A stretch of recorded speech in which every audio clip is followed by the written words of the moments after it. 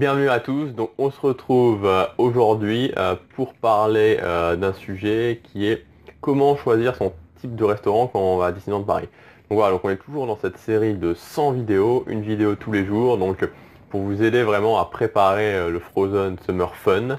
Voilà, je crois que c'est dans cet ordre-là, enfin bon bref, la thématisation qu'il va y avoir cet été à Disneyland Paris. Donc, les différents types de restaurants.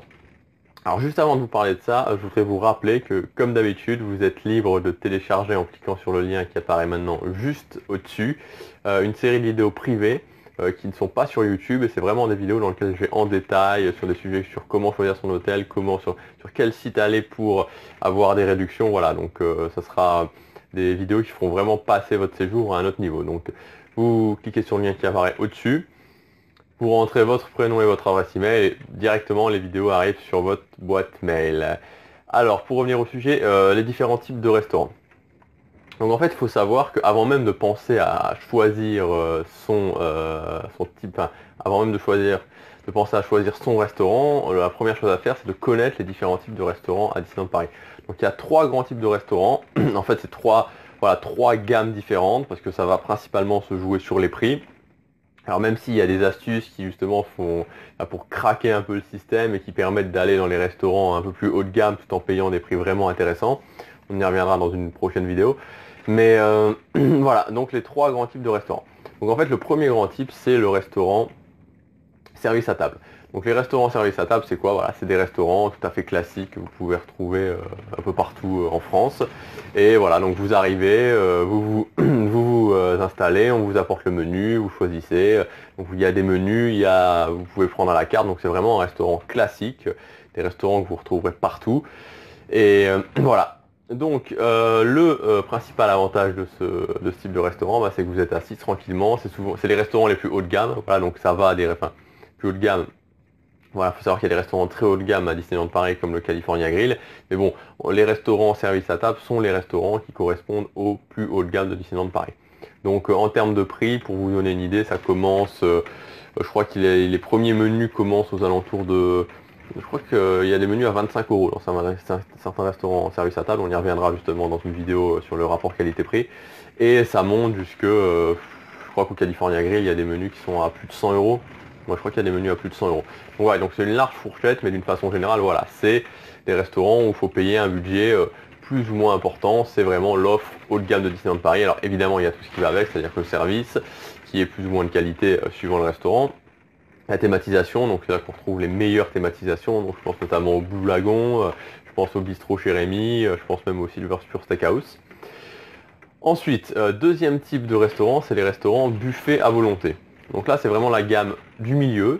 Donc dans ces restaurants, voilà, comme le nom l'indique, hein, c'est tout simple, vous entrez, donc vous payez un forfait, donc vous payez avant en général, vous payez un forfait, donc maintenant, donc ça change hein, suivant les périodes, mais actuellement Disneyland propose pas mal de forfaits avec, vous avez le buffet plus une boisson gratuite, donc un soft gratuit comme un Coca, un Sprite, un Fanta, voilà. Et voilà. Donc vous pouvez aussi prendre des boissons supplémentaires. Donc par exemple moi quand je vais à la Graba Café, voilà, traditionnellement je prends toujours un thé chaud à la fin, voilà, ce qui passe toujours très bien. Voilà, donc en termes de prix, pour les restaurants buffet à volonté, oui donc la chose que j'ai oublié de vous dire, pardon, je pars un petit peu dans tous les sens dans cette vidéo, mais la chose que j'ai oublié de vous dire, c'est que voilà, donc une fois que vous avez payé, vous vous installez, on vous amène vos boissons et vous allez vous servir. Donc il y a entrée, plat, dessert, autant de fois que vous voulez, vous pouvez passer toute l'après-midi si ça vous chante. Donc c'est une gamme de prix intermédiaire. Donc on va dire que ça commence, il y en a certains qui sont autour de 20 € et ça monte assez cher, puisque pour les restaurants type l'invention, donc le haut de gamme du buffet à volonté, ça va jusqu'à environ 50 € le buffet. Et enfin, dernière catégorie, les fast-food. Donc là, c'est la gamme, voilà, c'est l'entrée de gamme, on va dire. Donc l'entrée de gamme à Disneyland Paris.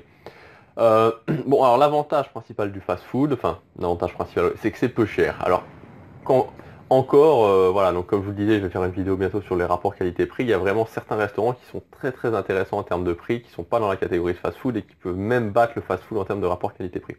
Mais globalement, le fast-food, ça va partir de, si on prend McDonald's ou Earl of Sandwich 6, 7, 8 euros le menu et ça monte jusque 19, 20 euros le menu, puisqu'il faut savoir que Disneyland a sorti une nouvelle gamme, ouais, récemment il y a quelques temps, sorti une sorte de nouvelle gamme de fast-food qui sont les fast-food service à table, enfin moi ce que j'appelle fast-food service à table, comme par exemple le Lucky Nugget Station à Frontierland.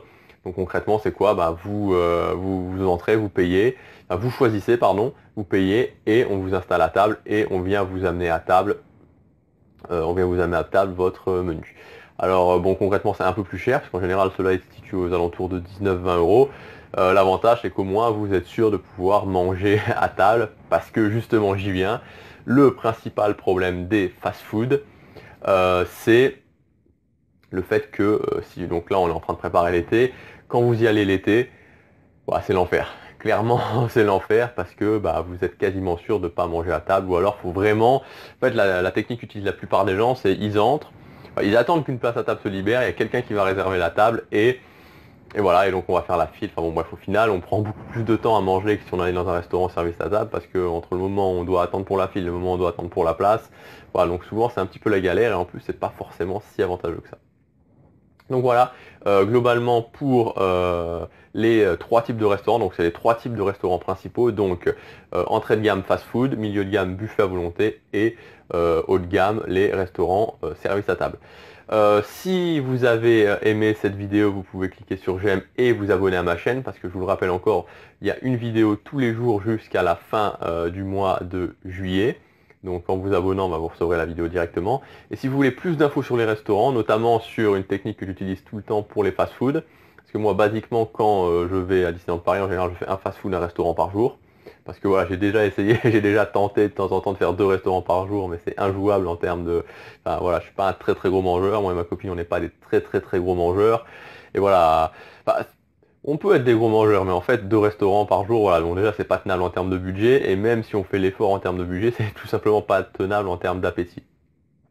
Donc voilà, donc j'ai développé quelques petites astuces pour les fast-food qui permettent de pas que ça se transforme en enfer, parce que ça peut vraiment l'être. Donc si vous voulez accéder à ces fameuses vidéos où je vous en parle, vous cliquez sur le lien qui apparaît maintenant juste au-dessus, vous entrez votre prénom et votre adresse email, vous recevez tout sur votre boîte mail, et voilà, on se retrouve demain pour la nouvelle vidéo. À demain.